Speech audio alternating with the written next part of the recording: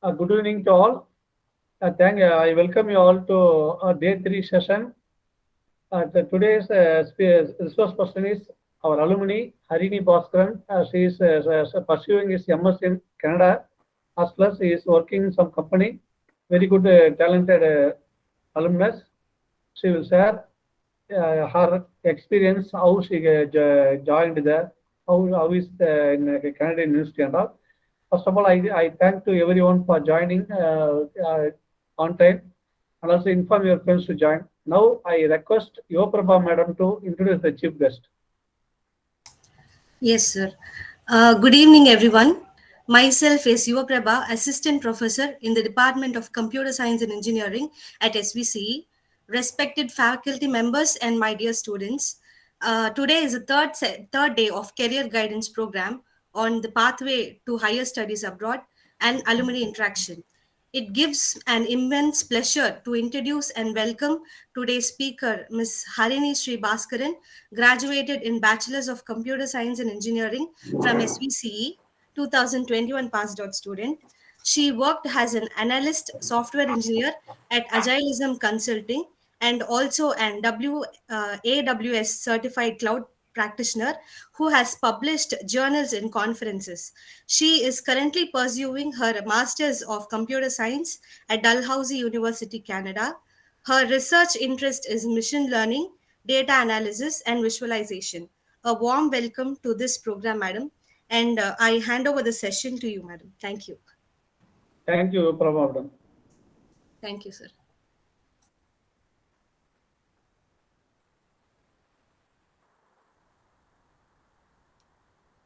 So may I start? Harini, you can start, ma.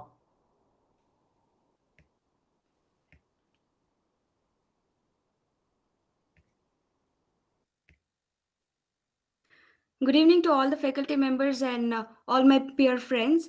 Hope all of you are doing great. I'd like to extend my hearty thanks to Janardhanan sir for giving me this opportunity to share my experience of studying in Canada.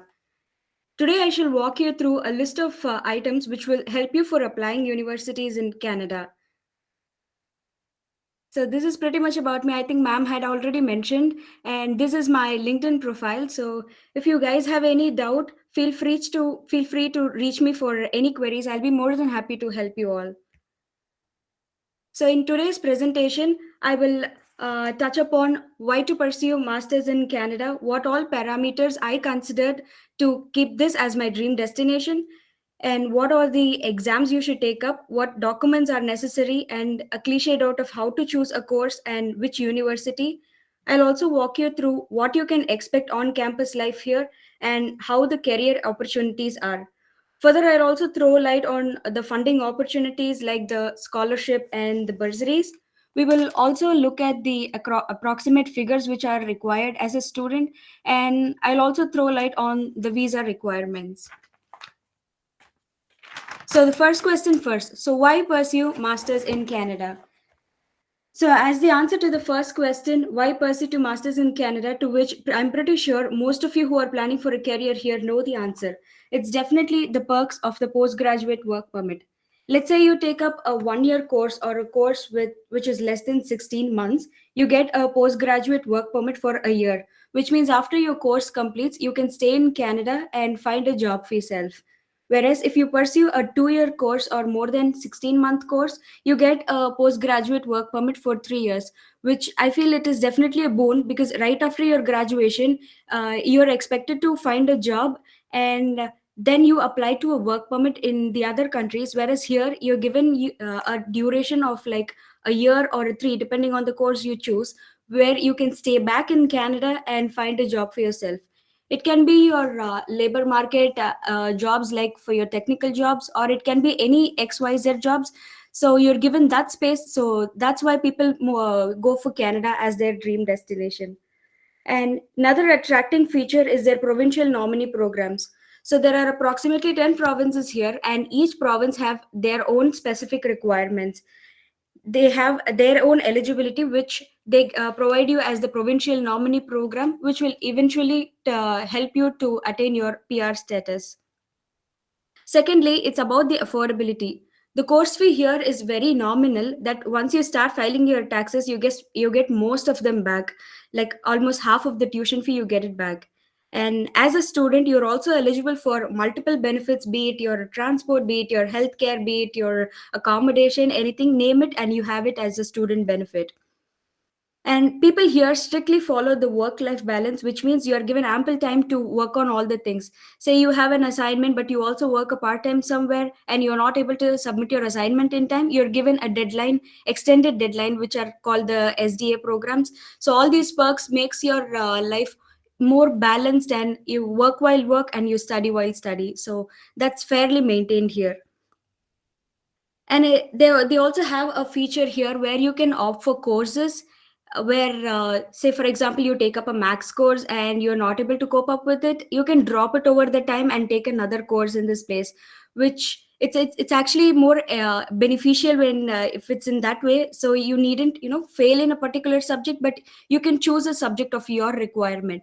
And you can also customize your own study. So if you want to go in the cloud path, so where you want to do more on the cloud architect, or you want to become a solution architect, you can take up courses depending on your requirements. So the syllabus is not framed. You can frame your own syllabus, which it makes it flexible and makes it handy when you have to take up the courses and learn it for yourself. Another important thing I want to touch upon is the career opportunities. Canada gives you wide level of the career opportunities. They have n number of the top hiring companies, from the right from the banking sector, the health sector, the IT sector, and they give you ample opportunities for all the roles, starting from the freshers till your experience. It makes everything adds value to it. So say you join a master's course after your right after your undergrads, you're still given a recognition, and if you have experience, you're given more perks. So it totally depends on how you mold yourself as an individual. So to talk more about the career opportunities about for the freshers, it is the starting package. It's approximately $60,000, $65,000 per year for a fresher, and it increases as with your experience. And another very important factor which you must consider as a student studying abroad is about the diversity and inclusion. So when you study abroad, there are so many factors which you have to consider. One among which it is very important is your inclusive environment. So with all the discrimination, all these happening around the world, I feel Canada is more safe place, and people respect you from all the demographics of the society. And about the immigration and pilot programs, Canada keep offering you a variety of the immigration and pilot programs keep coming up one or the other every often, and they help you pave your way to all the PNP and the PR, so which will eventually help you end up in your citizenship. So these are the main factors which I considered when I chose Canada as my destination. So about the language requirements needed here. So for the language requirements, it's more than enough if you're pursuing IELTS. So an IELTS with 6.5 on all the bands like the reading, writing, speaking, and listening, it's more than enough than the other TOEFL or the GRE, which involves like max. And most of the universities go with the IELTS score, and you can get into your top university like the University of Toronto, the University of McGill. All the universities just take up only the IELTS score. That's more than enough. So, but there are also the other test scores which are acceptable, which is the TOEFL and the Pearson test. But I would suggest go with the IELTS, because we are already being trained for all the reading, writing, speaking. All these four sections for the four modules are touched upon back in our bachelor's in our communication lab. So, I mean, those are more than enough for you to be trained for an IELTS exam. That will easily land you up in a 6.5. Next, I would like to touch upon the document requirements. So the very first one is the letter of recommendation. So what is this letter of recommendation? It means a professor or a person from your workplace recommends you that you are an eligible candidate and you can be accepted into a master's program and you will do a flawless performance there. So LOR is a very important step in your document procedures. So start writing your documentation, right? Gather all your certificates, gather all your achievements, right from whatever you started in your school, like right from your 10th, and pile up everything until your bachelor's and put it down accordingly. So you will require a minimum of 3 LOR. If you take a break and you work in the work after the college, then you will require one from your workplace. So it can be one from your team lead, or one it can be from your manager. This will suffice, and two from the academic. Or if you are going to continue your masters from right from your bachelor's, I mean right after your bachelor's, three from the academic professionals. It's more than enough. So now next comes the question, from whom should I get it? So if you're taking up a course which is program specific, say if you're taking up cyber security, or you're taking up cloud. So if you get your LOR from your networking professor, or if you're getting your LOR from your cloud professor, that adds more value. If you're taking a very general course which is not program specific, like if it's in a broader domain, you can get it from any of your professors. So go with the professors whom you interact every day, or under whose guidance you have done your projects, under whose guidance you have achieved something. The professors should actually recommend you that you are an eligible student and you can be accepted into such a program. So it should come from the professor side, that okay, this person can do this. So what all you have to put it in, that is your the project works, the workshops, or the conferences which you have attended. All those details have to come, and restrict your word limit to 1500 for this. Also, this should be knitted in like a story. So it should start from right after you started your first year. So it should come from your first year, and it should gradually collect all your achievements throughout the 4 years of the bachelor's. Next comes the statement of purpose. So regarding the statement of purpose, you are required to write two. So the first one, it is for the university you're applying, and the second one, it's for the visa officer. So let me first tell you the common ones for both. So to start from, you should, again, this should also be like a storytelling, that you should start from your 10th standard. So you should say why you chose a particular majors after your 10th, like that is in your 12th, why you chose like a computer science, or why you chose whichever stream did you take up. So you'll have to justify whatever you took up, and how it has actually helped you landed up in the computer science bachelor's. And once you started your bachelor's, what all did you start, what all did you take up. So you have to make it in a sequence, and make it as a proper story. Like you have to literally narrate your life story, and what all has actually helped you, like your it might be your workshops, it might be your symposiums, it might be the internships which you took up, or any XYZ which actually helped you to add the certificates in your profile. Also, if you have done any certifications, please make sure you include it, because every certification of yours actually matters, be it your Udemy, your Coursera. And try to do as many certifications as possible. There is no limit, and if you're taking up a program specific course, all these certifications really do matter. And I would also like to touch upon that the if you are taking up a 1 year course, that is the PG, they call it here as the PG diploma. So for that, you will have to have a number of certification, and you are also expected to have any industrial experience. So just keep a watch on all those, and do as many certification, and grab what all opportunities come by your way.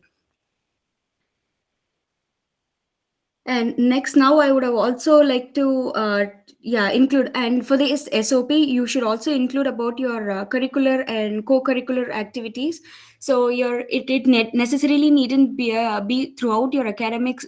About your academics, it should also include that maybe you would have been an NSS volunteer, you would have been your class representative. So you should also include everything, so that it makes you as a person as a whole. And to write SOP, people do struggle for the word limit. So my suggestion on this is that whenever you write a statement, say I was a class representative for the year 2017-18. So this has helped me inculcate the leadership quality in me. So keep justifying whatever statements you put. So you will definitely reach your word limit, and you'll be able to make a proper SOP. And another thing is, do a proofreading before you submit your SOP and your LOR. Let it go through a couple of proofreading sessions, so it is not that your first draft is going to be submitted. So try to refine it as much as possible. Try to be more specific, not beat around the bush. Be very specific on whatever you put on this, because they are not going to take time to go through all the SOPs. So they are just going to have a glimpse of it. So make sure you put in everything about you. You don't miss out on anything. And have your own template. Just have the take the template from online, but don't edit whatever, or make changes with whatever is already available, because here they have the very important issue of plagiarism. So everything is flag proofed, and it's going to be critical if you're going to take it directly from your internet or the other sources. So make sure you write one on your own, but once you start writing, you will get a good hand of it. You keep editing it and keep proofreading it as much as possible, so you're definitely the final output which you're going to get, it's going to be drastically different from whatever you've written it as draft. So make sure and restrict the word limit for both as 1500. That's more than enough. And about the statement of purpose, this one is general for both. So what you write to statement of purpose. So one is for university and the other is for the visa officer. So whatever I've told the contents, this is like quite similar for both the visa for the visa and the university. But for the visa officer, you'll also have to add an additional paragraph that you're explaining your home ties and that you'll return back after studying. And you should make up your last paragraph convincing to the visa officer that you will return back to your home country. So that's what they expect, but that's not the reality though. So you'll have to make sure that you justify your home ties. So everything goes by justification. And put on all the things, all your workshops or internship, and have a proof like the certificate. So that's very important. You have to have proof recording for all your whatever you've put in your the SOP. Next, to talk about the mark sheet and the transcript. Collect all your mark sheets right from your 10th standard, your 12th, or if you've done diploma. Collect everything, every mark sheet, and have it your semester wise, all the 8 mark sheets, and your degree, your provisional, your transcript, everything. You'll have to collect it, and you'll have to keep it handy, because you'll be asked in the visa and the immigration, everything. So this is pretty much about the documents you'll have to have. And yeah. And for regarding the certificate, do as many courses. I would suggest that, because here the value is seen with your certificate and the number of courses which you've taken up. So they want a broad knowledge of yours, and it's good to be narrowed down to a specific, and making yourself experience in that particular domain. But I would rather suggest collect all the documents. Say you might be interested in one domain, but you can also it doesn't mean you needn't attend the other one. So just do all certification. I'm pretty sure our college gives you a variety of opportunities to do all the certification. So make sure you grab all the opportunities and do all the certifications. And about the publication, if you're interested in research, or if you're going to pursue your PhD in the near future after your masters, then I would strongly suggest you to do a publication. So you have a wonderful set of staffs who can really guide you well. So for me, our Jana sir had guided me throughout for a publication, and it will really help you to grab your master's seat easily when you have all these as your main documents. So your publication really speaks a lot. So take your project, do it needn't be a very new one, or it needn't be very innovative. So whatever you've done, if it is justifiable, make it into write a paper out of it, and try to publish it in whichever opportunity you get. So you'll be having a number of workshops on how to write the paper, or you'll have a number of opportunities where you will be given a chance to participate in conferences. So try to grab everything and keep publishing your papers. And there is no limit, like I have, should I do 2 or should I do 10? So there is no limit at all, but at least have 2 to 3 in your hand so that you establish yourself as a person on the whole. And if you're planning to work after your college, please don't forget to get your work experience letter, because that mainly plays a role when you take up industry oriented subjects for your masters. So having your work experience letter speaks a lot, and it will also add points. So here everything goes by points. So if you have a score of IELTS this much, you get so many points. All these will accumulate, and over the years it will help you in your the provincial nominee programs or even your PR and citizenship status. Now, how to choose a course? So first you have to narrow down on your domain of interest. So once you have narrowed down, say if you're interested in cloud computing, so now you search for the course where they have the cloud computing courses. And there is two types mainly. So one here is the postgraduate diploma, and the other one is the master's program. So the postgraduate diploma is usually a 1 year course or a course which is less than 16 months. It also offers you a co-op, which is the internship opportunity. So as a part of the course, you are required to do an internship. So this will help you get industrially trained, and you will also able to find. So once you do an internship of 3 months, if you're really performing flawless, you'll be able to get into the company for a full time. So that's the perks of the postgraduate diploma. Or if you're planning to work out right after your bachelor's, say you work for 3 years or 5 years, then I would recommend you to go for a postgraduate diploma, because you're already into a field, into a domain which you're performing well, and you just wanted to upscale your the position in your company. So you can take up a postgraduate diploma which will give you a horizontal scaling. And when you take up master's program is usually for 2 years or more. So that's how master's programs are here. And it again comes with the co-op or the research. So here again in the co-op, you're expected to do an internship for a semester, for a term. And for the research, you'll have to do a research program. So you will have the opportunities of being a research assistant, and this eventually paves way for your PhD. So for the master's program, if you take research, and if you're planning to do a PhD, I surely recommend you take a research program. Because if you take any other, like the one with the co-op or one with the course term, you will not be having an opportunity to do PhD, or you'll be have to writing an exam before you are being admitted into a PhD. But whereas if you take a research course, you will be eventually led to the PhD path, and the number of years you will be reduced. Say if your PhD program is 5 years, you can combine it with this, and you can make it into 3 years or 4 years. So yeah, so if you're having a research interest in the near future, then I would recommend you to take a master's program with research in it. And co-ops here are easily you can find it, provided you are technically skilled. So it's not that you'll have to be highly skilled, or you'll have to have a programming knowledge, or you'll have to be on the top, but at least you will be able to justify whatever you're there, whatever is put on the resume. And please draft your resume, keep it updated, whatever the certifications you do or whatever achievements you do, put it in a very concise manner in your resume. And also prepare a CV which elaborates on whatever projects you've done. Give it as a one liner about your project. Say you do a project, you explain it in a very simple layman terms in just a line or two, not more than that. And make a CV of like for 3 pages, it's more than enough. And make your resume to a single page, it would suffice. So this is about the course selection. And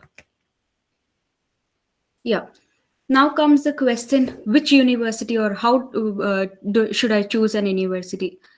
So universities here go by the QS ranking. So that is a ranking which is given to the universities on a world scale.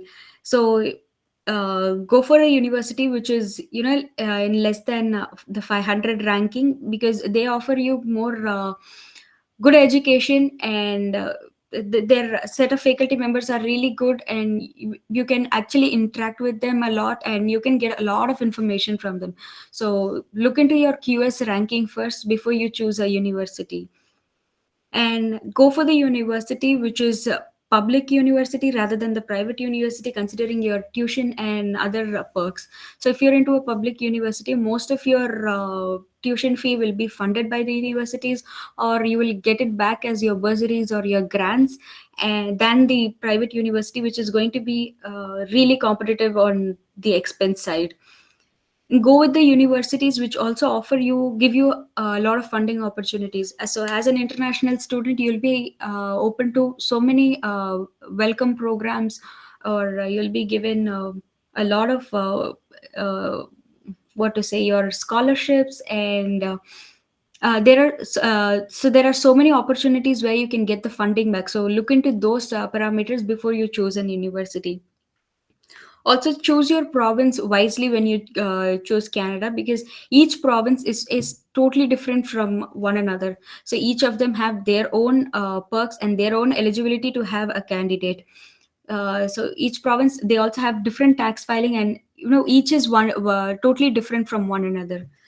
So to talk about my province, so I live in the Atlantic province. So it comprises of four different states. So this is called as the Atlantic province. So where I'm living exactly is the Nova Scotia. So here, what it is, it offers Atlantic immigration program. So right after you graduate or you come here on your work permit, you are given an opportunity to apply for your provincial nominee program, which will again lead to your PR status. So this is more easy method than compared to the other province. So say if you're going planning for a university in University of Montreal, so you're expected to do a French certification, because it is the French dominant provinces. So each province has its own perks. If you're getting into a college in the Ontario province, you will have multiple job opportunities, but your cost of living and the tax is very competitive. So each province has its own perks. So look into the province and look into what your requirements are, and look and be precise on what your requirements are before you choose a province. And now to touch upon about the campus life.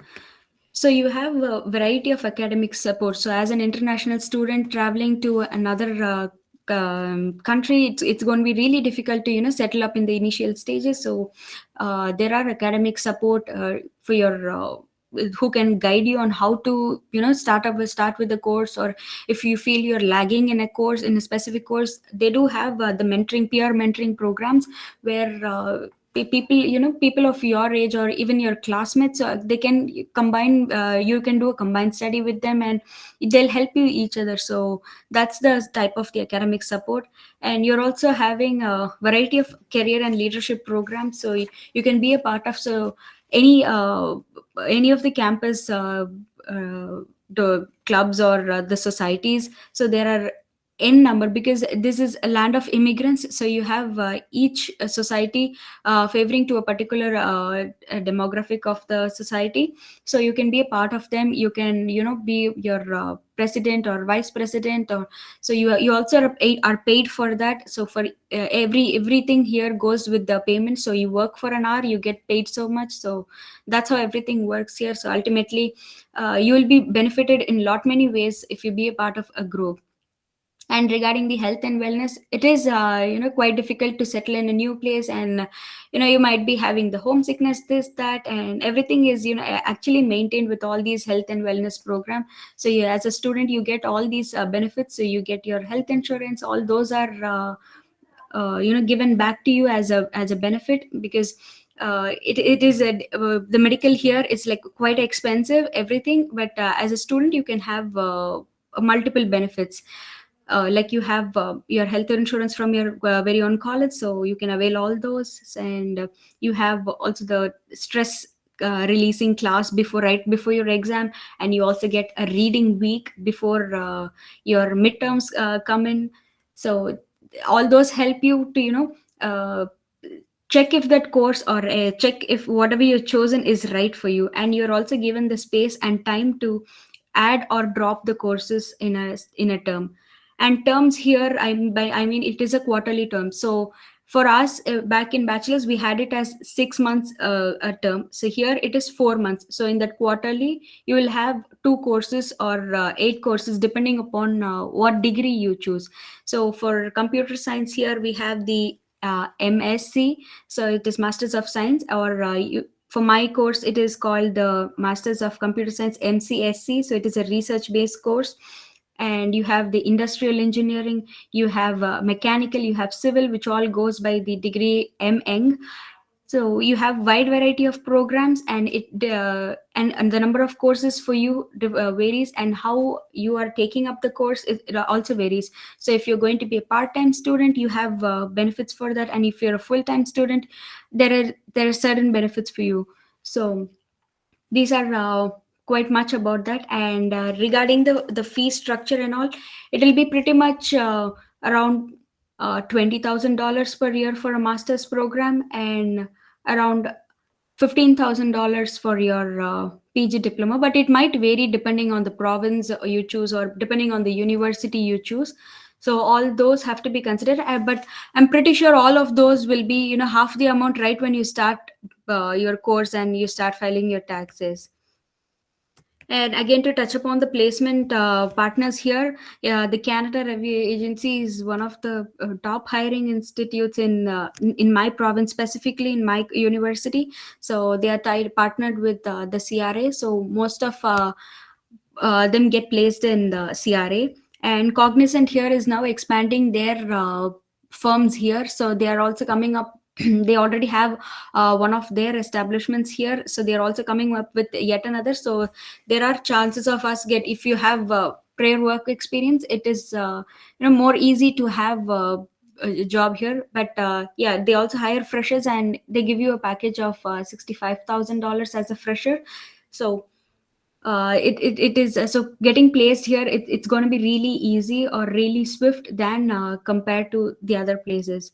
And you also have the other for the other people, like from the other departments, the Irving, it is for I suggest for the mechanical students, and the RBC. So it depends on which role you take up. So if you want to go for a managerial role, you have a company specific for that. If you want to go for a technical role, you want to be a data analyst, so there are companies which are targeting those specific people.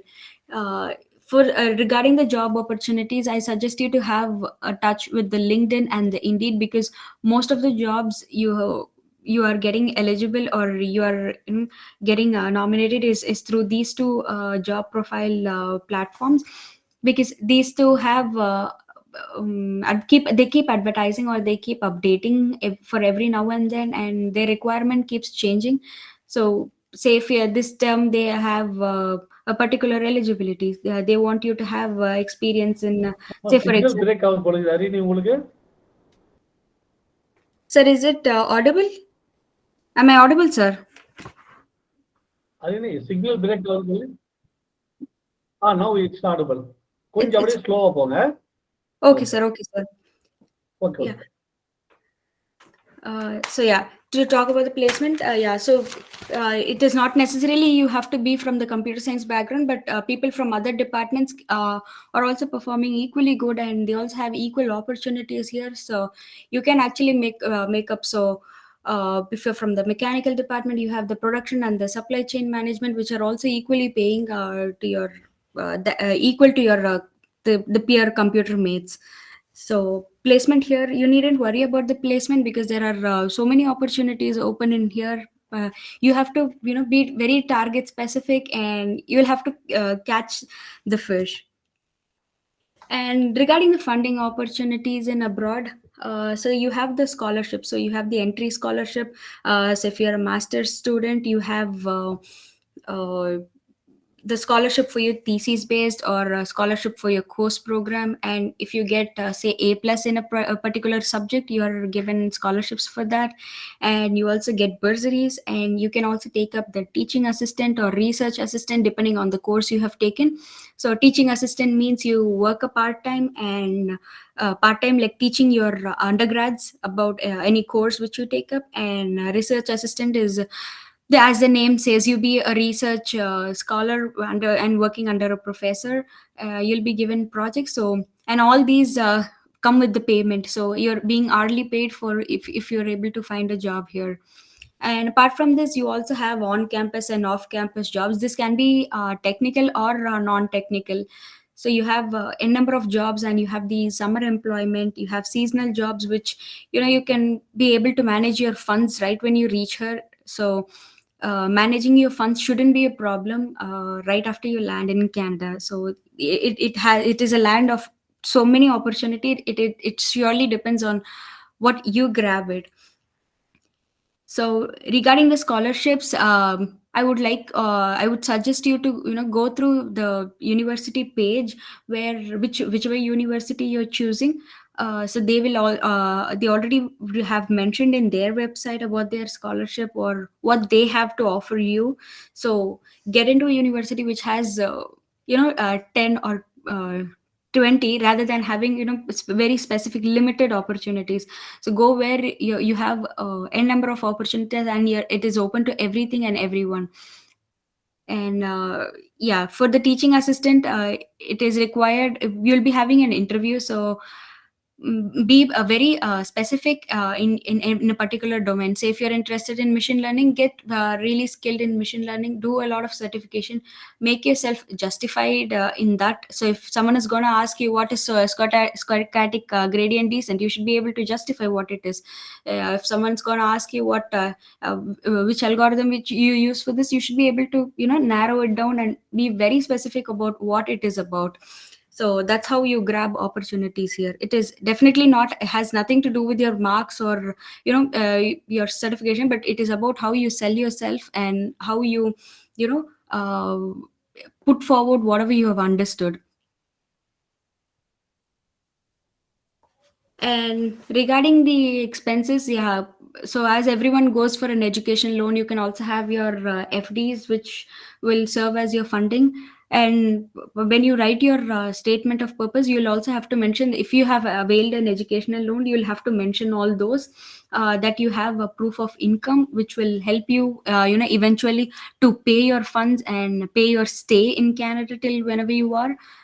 So you should show all the proof of those. And here you're also expected to pay an amount called as the guaranteed investment certificate, which is the GIC. So a $10,000 Canadian dollars is expected to be paid upfront. So it is, you'll be paying it right before you start your master's year, which will help here in your accommodation, or your daily expenses are met with this, and it's like a one-time payment you do. You also have to pay a deposit fee when you are to confirm your admission in a particular university. So it really varies from university to university. So it can be from $80 to it can be up to $200. So that will be the fee, which is again non-refundable. So it is just to confirm your seat in a particular university. And other documents which you have to submit, it's your parents, or if you are going to work, you'll have to pay your IT returns. Like for 3 years it would be sufficient. So all these you'll have to submit it, and you'll have to also mention it in your the statement of purpose. And if you are planning to work, it is highly recommended to submit your pay stubs at least for 6 months or so. And to talk about the visa requirements, you'll be asked to do a medical examination. So it will cost you maybe around 16,000 rupees INR. So your medical examination is done upfront. So right before you start applying your visa, all these certificates you'll have to submit it. And you'll also be asked to do the biometrics. And for the visa application, it's going to cost you like around 235 US dollars. And it's also have to have a police clearance certificate. This is not required, but it is optional. Just that the more documents you have, the more is your confirmation of getting a visa. So the timeline of visa varies. So when I had applied, it was around 80 days, but yeah, over the days it is going to be it solely depends on the number of people who are applicants who are applying. And yeah, it pretty much depends on that. So if and I would recommend you to apply for the fall intake. So depending on the course, there are variety of intakes. So there will be summer, there will be winter, there will be spring, there will be fall. So it is, most of the people go for the September intake, which is called the fall intake. This is mainly because most of the programs in any university is open and they take up students during this month. So this is the most attracting intake among all the intakes. But yeah, there are also courses which open only for summer, or there are courses which only open for winter. But not many opt for that, just because this fall in term has open to all the departments. So when you're planning to apply in a more broader version, that if you're not gonna apply for a specific course, then I do suggest you to apply for the fall intake. And this is the last slide which I'm going to talk about, and but this is the very important slide among all these slides, because the other slides are eventually, if you're going to Google surf, of if you're going to talk to your peers, yeah, or if you're going to talk to your professors, you're going to get all these steps eventually. But this is the very main, or the basic aspect of staying abroad: networking. Try to connect to as many people as possible. Try to get in touch with our very own a lot of alumni are put up here in different firms. They are in different universities. So try to get as many connections, as many interactions with them, and try to get a lot of information from them, because people here have so much to offer you that not necessarily your Google or Quora is gonna answer. So try to have as many friends or as many networks as possible, just to know information, because it is very convenient if your friend is going to give you some information rather than you are going to go and read it for yourself. So networking is very important. So for this, use a variety of platforms, social platforms. So LinkedIn is the most preferred, because there if you are applying for a specific course, people do put it up in their LinkedIn profile. So you can talk to them for your program specific doubts. So if you're studying say for example, you're studying computer science, yeah, so you want to talk to a computer science alumni, and they would have put it on their profile. So it is more specific to talk to a person like that in a LinkedIn profile. So I would suggest LinkedIn. So have a have your updated profile on LinkedIn, and connect with as many people as possible once you start your process. Because you'll have so many doubts as a new student, because even I was in that place when I had so many doubts, and I was able to connect to a couple of them and get a lot of information which I might have missed it. All right, so that one. And in Facebook, you have a lot of groups. So for each intake, say for when I started, there was a fall intake group, fall 2022 group. So I was a part of the group. So through that, you will be able to network to so many other people. So there will be maybe around thousands of them coming from your very own place, but you wouldn't have known them. So all these social platforms will actually help you to network with so many people and form groups. It can not only be helpful for your course, but also to find your accommodation, or set up your living. Having friends is like really very important here. And there will also be WhatsApp groups for the other every intake has their own specific WhatsApp groups. So, and Telegram also is a wonderful source of finding new people. So have all these intact, because networking here is actually important. So whatever here you do, say if you want to apply for a job, you have to have a reference. So you'll have to have minimum of 2 references. So there someone should certify that this person is eligible. So everything here goes with the reference. So all, and if you want to find an accommodation, if you want to rent an apartment, you need a reference again. So for all these, networking plays a very important role. So I would really suggest you to have a good number of interactions right before you start. I mean, right when you start your application process or your study process, to know about what you have to do and how it feels like to be here. And whatever questions you come up, it is easily answerable when the person is your age group, or the person you have known more. You can be open to ask any doubt, or whatever comes to your mind, you can ask them. So I would really suggest you to have a proper a LinkedIn profile, maintain it, and keep updating it. Stay updated with that. So, be it your job or anything, you will. LinkedIn is a very good platform. You can trust that on that. So that's pretty much whatever I wanted to cover. And yeah, thank you so much, Jana sir, for giving me this opportunity to share my experience with my peers. So whatever doubts I had, or right when I started, I had so many doubts, and when I was stranded, I had so many sessions from our very own college, which had actually helped me in applying the process. So I feel I would have also touched upon the major parts which I think will be helpful for you. Or if you have any doubts, feel free to reach me out in the LinkedIn. I'll be really happy to help you all of you. Thank you so much. Okay, dear participant, if you have any queries, please now either you can ask or post it in chat box. I have some queries, but I will give first preference to you.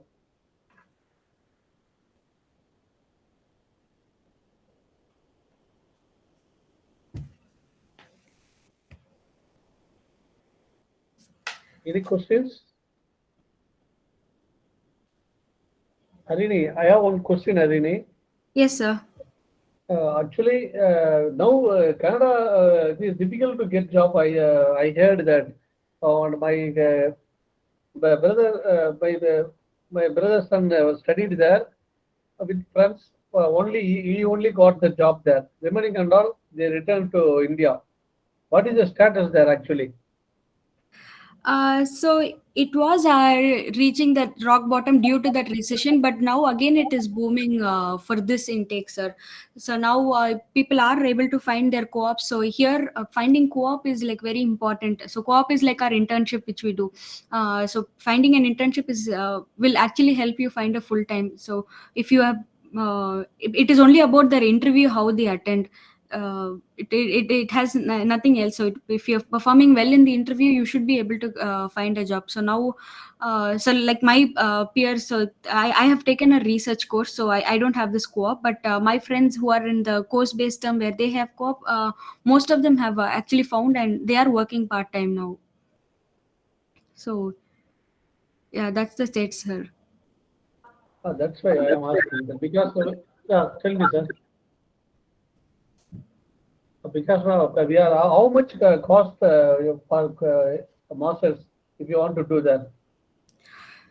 So basically, for a 2 year course, you will need funds for funds like it is approximately 20,000 Canadian dollars for almost all the universities, but the figures may vary depending on the university and their province. So yeah, like each province has different systems, so different like their taxes and different features, but it's more or less 20,000 for all the master's program, like a How 2 year. much in our Indian rupee? Uh, it is approximately like 15 lakhs, 12 to 15 lakhs is required for a master's program. 12 to 15 lakhs per year or 2 years? It is per year, sir. Per year, 15 lakhs. Yes, sir. Accommodation cost for 2 years? So it is approximately 5 to 6 lakhs it will cost. Per year. Yes. Totally, if you have 40 lakhs, we can freeze that MS. Yes, but one good thing here is you also have this scholarship, and you also have this tax filing. So, say I started last term, so now I have got like half the amount, like complete one semester fee back as tax filing as a student. So all What those are are the benefits. criteria they are considering? What are the criteria they are considering for giving scholarship? For scholarship, if you're applying for an entrance scholarship, whatever you're done in bachelor's is considered, and they will also have an interview here for because many people will be applying, so they will be having an interview, and you'll have to talk about your projects. You'll have to talk about your achievements, like if you have published a journal, or if you have done an UG, intern, or if, yeah, everything. UG work. UG, yeah, Okay, okay. everything is related to UG. Say if you are participated in that Smart India Hackathon, all those will actually help you to get the entrance scholarship. Whereas once you start your course, and if you get like A plus in any course, you will get like $500 back as a scholarship amount. Okay. That's why very, very important. 50 lakhs. Yeah. Or second, All the Canadian universities are world ranked university, no? Okay. Please ask them. this is going to be Go ahead, common for sir. all universities or only for your university, madam? This is more. I've given more generalized university. So actually, I've given a what are broad the view of procedure is how. told is going to be generalized one. Yes, sir. I've given a broad outline. So it was not specific to DAL, but yeah, whatever I've given information, it is for almost all the universities in Canada. So this is the procedure everyone follows. And maybe the documents, one or two, might vary depending on any particular university. So there is a province here, so it is called Quebec province. There, they speak. There is more of French people there. So your French certification may add value there. So if you have done a French course, or if you can read and speak in French, then your chances of getting admit there, or chance of getting a full time there, it makes more sense. So it totally depends on which province you apply. So whatever I have given the details, I have touched upon just the broad terms. Okay, thank you. It's nice. Actually, Participant, What about you can universities? start here. The private universities are available Is or that all so? government university? Please Yeah. ask, sir. So all the universities, There are private there's universities, sir, but one thing is,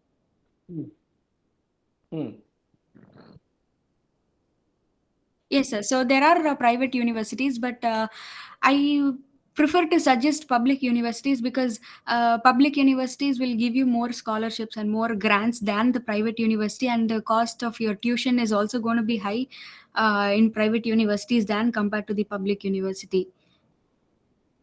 what about the ranking of the private universities? Okay. Please go ahead. Last question. What about the ranking of the private universities?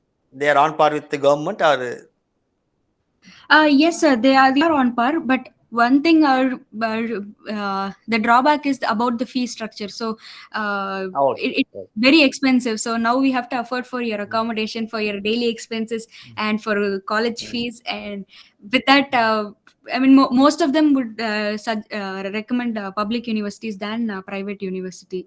But both are equally good. Your private and public, both are equally good. Not to comment on them, but they both of them have equal campus placement and everything. But yeah, it is only about the expense. Okay. Thank you. Is there any job fair, ma? Yes, sir. Every now and then there will be a job fair. So every 2 weeks or every 3 weeks once, there are job fairs being held here. So all the companies, so starting from a very small startup company till the banking sector or the health sector, all the top firms. So every one of them come every bi-weekly or every 3 weeks once.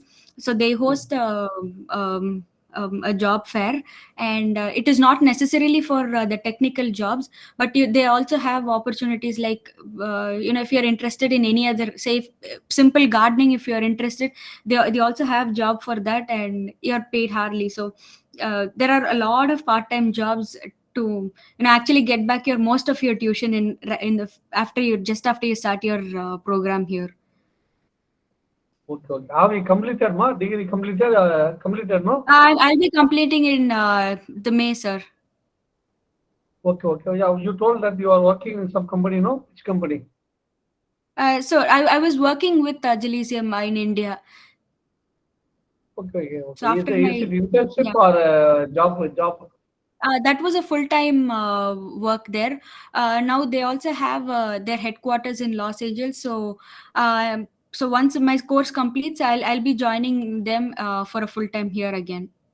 Oh, is university allowing you to join full-time job during your course of study? So initially, like till last year, it was like the students are allowed only to work for 20 hours a week. But then after that, they have lifted that.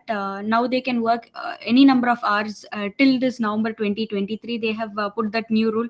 So it is like it keeps really changing, and they introduce so many programs. So nothing is standard or nothing is permanent here. Everything keeps changing. So every now and then they offer What something. about your classes? What are your classes, attendances, and So classes will be for my course. I should do 4 courses for my master's program. So I take up 2 courses a term. So it is like in total I have to study 4 courses, and for me it is the thesis. So I have to do a research project. Classes are usually 1 or 2 classes a week. So I go to university twice a week for 2 hours class. So one class is 1 hour. So yeah, that's pretty much. And rest of the time it is, of course, we are not left free. We do have assignments and projects, so that will take up the rest of your week. And yeah, you can manage a part time in that, sir. Okay, good, good. Did you get job through your campus interview? No, sir. This was because I was already working there. I had asked them for this opportunity, but yeah, your campus can also will there are placement cell here which they also help you to craft your resume in such a way that you are able to find full time here, and they will help you modify your resume accordingly, because resumes what we use there and here it is like little different, and the details which we put here are very different. So yeah, there are academic support and there are placement cells which can help you with that. So Yeah. you need Yes. Yesterday, Ananda told that in Germany there is no job fair in campus. That's why I'm asking you. no here they usually have it every 2 or 3 weeks they'll be having. So every 2 weeks. Okay, after first year you can attend the job fair. Yes, sir. Yeah. Okay. That's why. Participant, I am asking a lot of questions. What about you? Your people going to pursue their masters. I am asking for my son. Ma'am, what about Please post any questions. Please. hello, ma'am? Hi, tell me. Yes, ma'am. Thank you for the valuable session, ma'am. I would like to know about the academic profile that we should maintain in order to get a good, in order to, have a good resume. So, what is the minimum CGPA that we should maintain for this? So again, it depends on which university and which course you apply, but a minimum of at least your 8 CGPA is like very mandatory, or it makes you default eligible for most of the universities here. So 8, I would suggest, because that is pretty much their expectation here. So you can have there were universities who accepted 7 or even 7.5, but 8 will be standard. You can be sure of your admission here. So yeah. And apart from that, if your CGPA is low, make sure you have other things which complement. Say if you have done an internship, if you have done workshops, so if there is one which is low, you can make it up with the other factors. Okay, ma'am. And also courses apart from that. Yeah, do a lot of certifications, as many certifications. So there are free certifications which you can take up. So do as many as possible, and because the more you do, the more you become eligible for this. Yes, ma'am. Okay. Thank you. Thank you. Okay. Right. Is there any consideration for academic to give the scholarship? If you have high percentage, for example, more than 9 CGP. Yes, sir. So they have as I was talking about the entrance scholarship. So if you have more CGPA, if you have scored good in IELTS, and if your profile has been consistently good, so you'll be eligible for that entrance scholarship in your university. So yeah, your That's CGPA right. does. Because students may be good in academic, but they might not participate in other activities. That's why I'm asking. Yes, sir. This entrance scholarship has will see definitely your marks. But apart from that, for others who are they are more skilled in their volunteering activities. So some person maybe in their NSS. All those, everything has a recognition here. So yeah, it has so much to offer for everyone from everything. So yeah. Okay. Participant, you asked, I have a lot of questions. Please, this session is for you. I have one more question also. Please, any one of you, if you feel free to talk your senior or you post your question in chat box.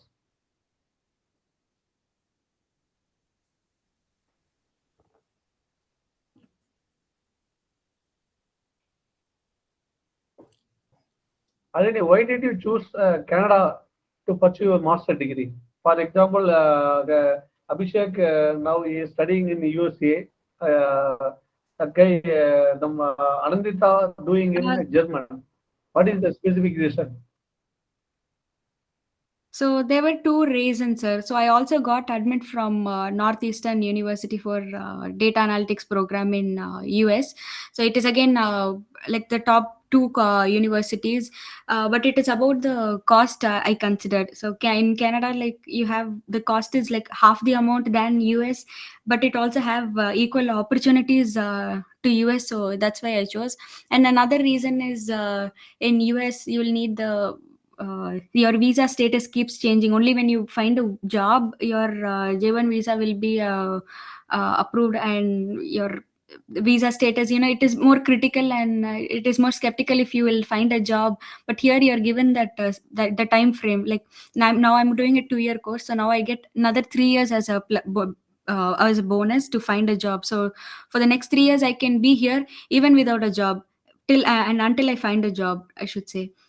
So it will not push you to that extent that you have to find a job right after your college. So that gives you more time and space to find a job in your interest area of interest. Okay, good. Good. What about the degree value? US degree and Canada, the It Canadian is more it is very similar, but yeah, people go by the name like that. It comes as MS in US and it comes as MSc in Canada, but yeah, it is the very same. It has nothing to do, sir. It is the very same. Whatever we study there and here, both the course module, course structure, the syllabus, everything is like very same.